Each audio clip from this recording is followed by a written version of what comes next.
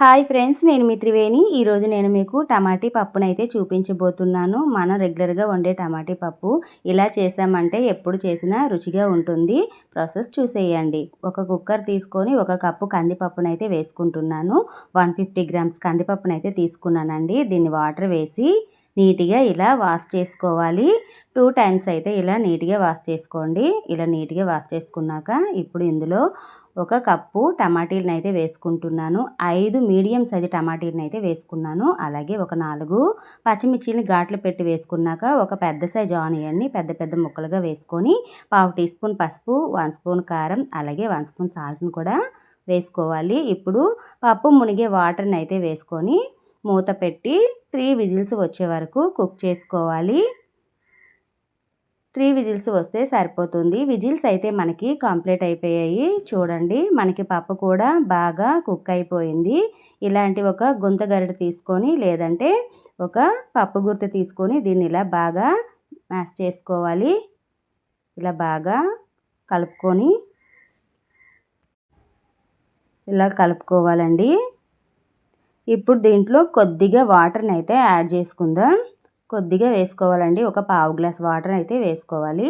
Water వేసుకున్నాక ఒకసారి నీట్గా కలుపుకోవాలి. ఈ ప్రాసెస్లో టమాటీ పప్పు చేశారంటే చాలా రుచిగా ఉంటుంది. దీన్ని స్టవ్ మీద పట్టుకొని మరిగించుకోవాలి. ఇలా మరుగుతున్నప్పుడు మనకి సాల్ట్ సరిపోకపోతే వేసుకోవాలి. మనకైతే సరిపోలేదండి. ఒక 1/2 స్పూన్ వరకు వేసేసుకున్నాను.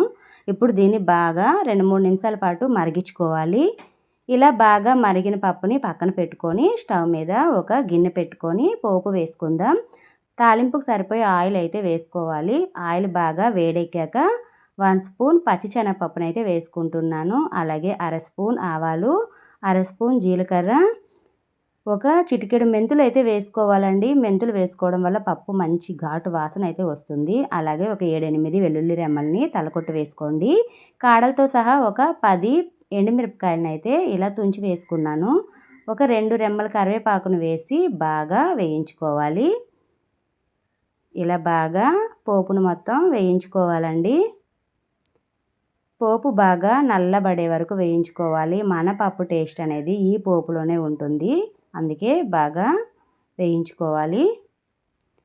ఇలా ఒకసారి వేయించుకున్నాక ఇందులో ఒక 1/2 టీ స్పూన్ ఇంగువనైతే వేసుకుందాం. ఇంగువ వేసి ఒకసారి కలుపుకోండి. చూడండి, పోపు మనకి బాగా నల్లబడింది.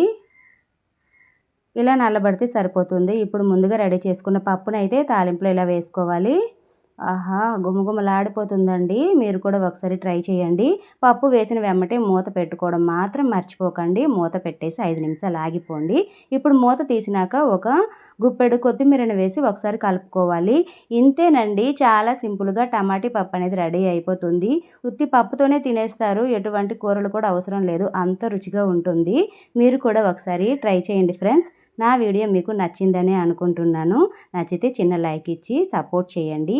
Thank you friends. Thank you for watching.